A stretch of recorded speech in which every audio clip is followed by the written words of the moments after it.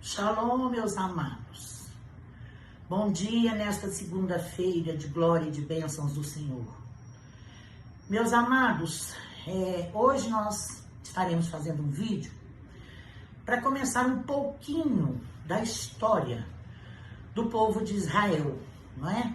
Porque, como eu falei, vamos estudar fatos para que depois nós possamos compreender bem o Apocalipse. E hoje eu trouxe para vocês a palavra de Gênesis, capítulo 32, versículo 26. Antes de eu ler esse versículo, quando nós oramos, normalmente nós falamos assim: eu clamo ao Deus de Abraão, de Isaque e de Jacó. Então, vejam bem, Abraão, né, foi pai de Isaque e Isaque pai de Jacó. Jacó teve um irmão gêmeo, Esaú, e Esaú era o primogênito, porque Jacó nasceu logo em seguida de Esaú. E um fato interessante, Jacó nasceu segurando o calcanhar de Esaú, tipo assim, poxa, deixa eu sair primeiro, né?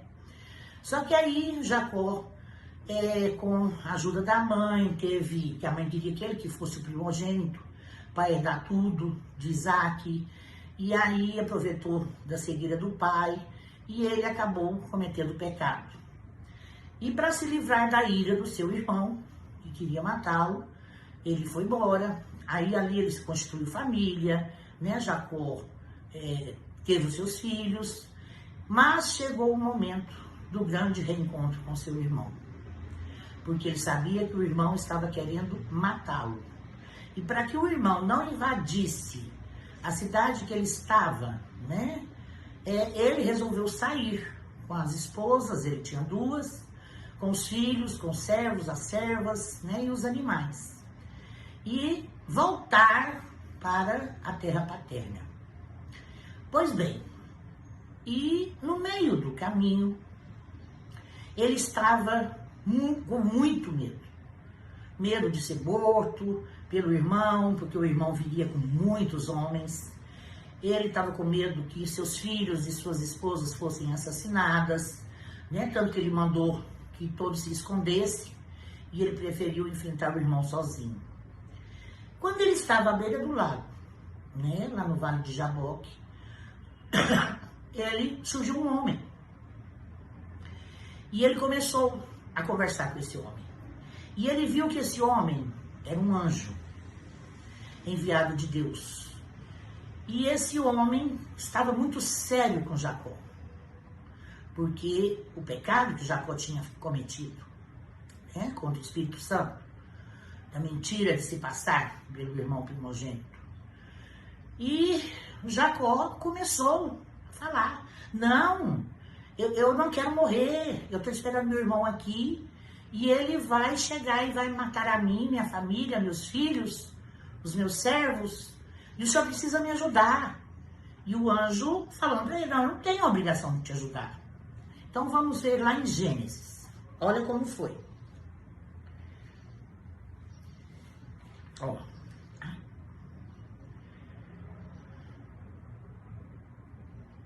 Levantou-se naquela mesma noite, tomou suas duas mulheres, suas duas servas e seus filhos e transpôs o val de Jaboque.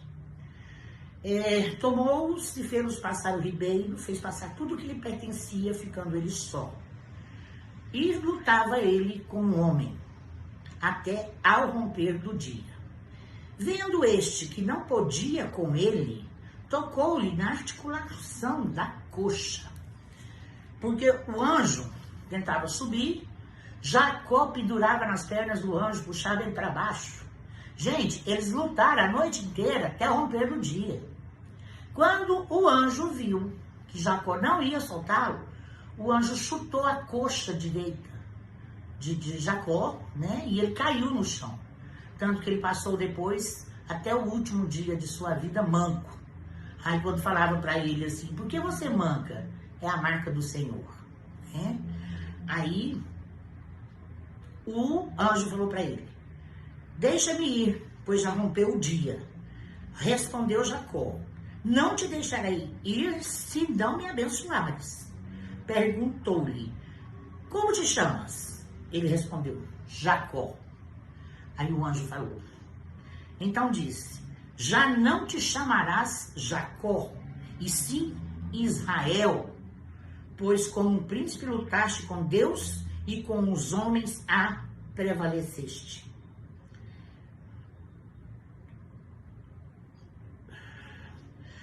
Tornou Jacó: dize, rogo-te, como te chamas? Respondeu ele: por que perguntas pelo meu nome? E o abençoou ali. Aquele lugar chamou Jacó Peniel, pois disse: vi a Deus face a face, e a minha vida foi salva. Nasceu-lhe o sol quando ele atravessava Peniel, e manquejava de uma coxa. Por isso os filhos de Israel não comem, até hoje, o nervo do quadril na articulação da coxa, porque o homem tocou a articulação da coxa de Jacó no nervo do quadril. Então, meus queridos, olha só, essa é a história de Jacó. Não, no início, né? Porque quando o anjo falou, como te chamas? E ele falou, Jacó, o anjo falou, não, da agora para frente você vai passar a se chamar Israel. Israel significa, em hebraico, aquele que luta e prevalece. Então, ali, naquele momento, sob a ordem de Deus, o anjo transformou a vida de Jacó em Israel. E aí, depois ele profetizaria que ele começaria a descendência e que Jacó teria tantos descendentes quanto as estrelas no céu. Olha que lindo, meus irmãos. Jacó, então, teve 12 filhos, que são as 12 tribos de Israel, que lá na frente vão se compor dos 144 mil salvos da tripulação. Então, vejam bem, se Jacó não tivesse persistido com aquele anjo, certamente ele seria morto. Porque naquele momento que ele lutou contra o anjo e o anjo o abençoou, quando o seu irmão chegou, ele já estava com o coração quebrantado. Nem os soldados do irmão dele aproximaram. Eles se abraçaram, fizeram as pazes, puderam voltar para a cidade e viverem novamente como família. E a história de Jacó é bonita, né?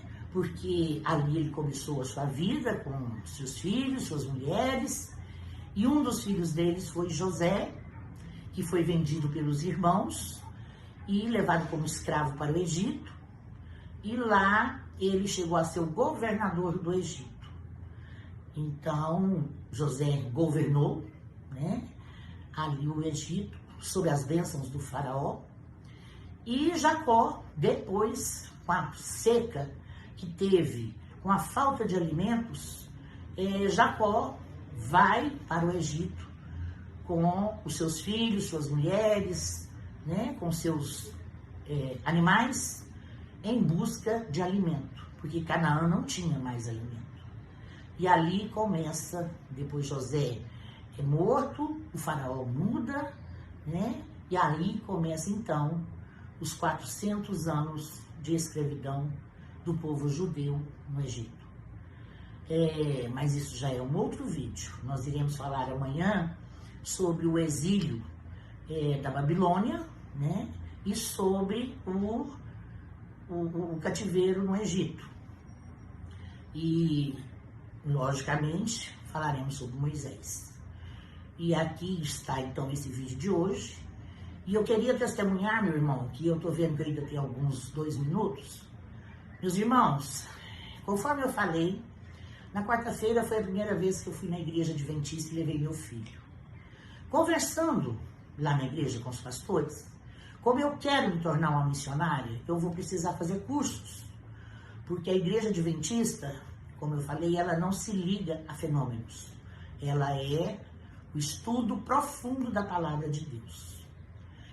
E então eu tenho que ir, né, eu frequentar o culto do domingo, que já é um culto mais específico, são 50 minutos de pregação da palavra.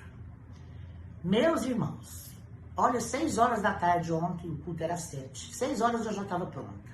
Sabe quando você toma banho, você troca roupa?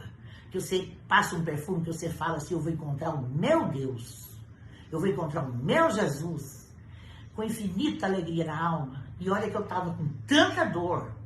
Eu estava andando totalmente torta, a dor na coluna. Mas como é pertinho, né? Gente, eu fui. Sentei lá na frente. Meu filho não foi comigo. Ele só quer ir na quarta-feira. Porque como ele tem as pernas, né, já teve trombose e tudo, na quarta-feira o culto é menor.